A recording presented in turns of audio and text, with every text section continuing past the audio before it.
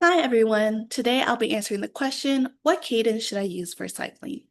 I'll share two key research studies and two important physiology terms to help explain how cadence affects cycling performance and efficiency. So going into what is cadence, cadence simply refers to how fast you pedal, measured in revolutions per minute or RPM. It might seem like faster is better, but research shows that both very low and very high cadences can actually hurt performance. Today, I'll explore what studies say about the most efficient and effective cadence range for cyclists. So going into our first physiology term, I chose gross efficiency, or GE. GE is how much of your energy actually goes into propelling the bike. A higher efficiency means less energy is wasted. Studies show that when cadence is extremely high or low, your muscles become less mechanically efficient, so you burn more energy to produce the same power.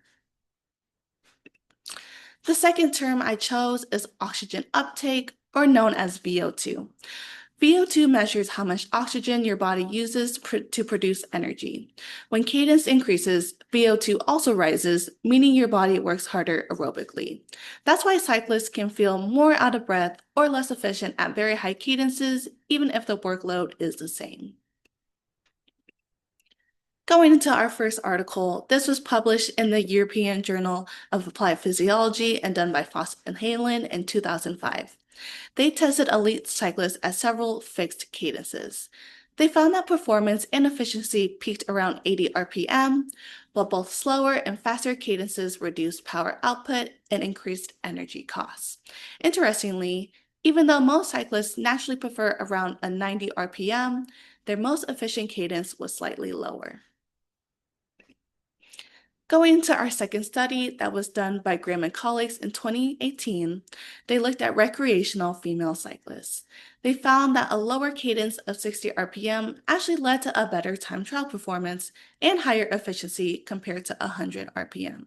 So for less trained riders, pedaling slightly slower can reduce fatigue and improve endurance. So going into the answer to our question, what cadence should we use for cycling? There's no universal answer, but most evidence suggests 80 to 95 RPM is optimal for trained cyclists, while recreational riders may perform better slightly lower, around a 60 to 80 RPM. Ultimately, the best cadence is the one that feels smooth, efficient, and allows you to maintain steady power without fatigue. Going to our take-home message here. The take-home message is pedal smarter, not faster. Pretty simple, but also pretty important.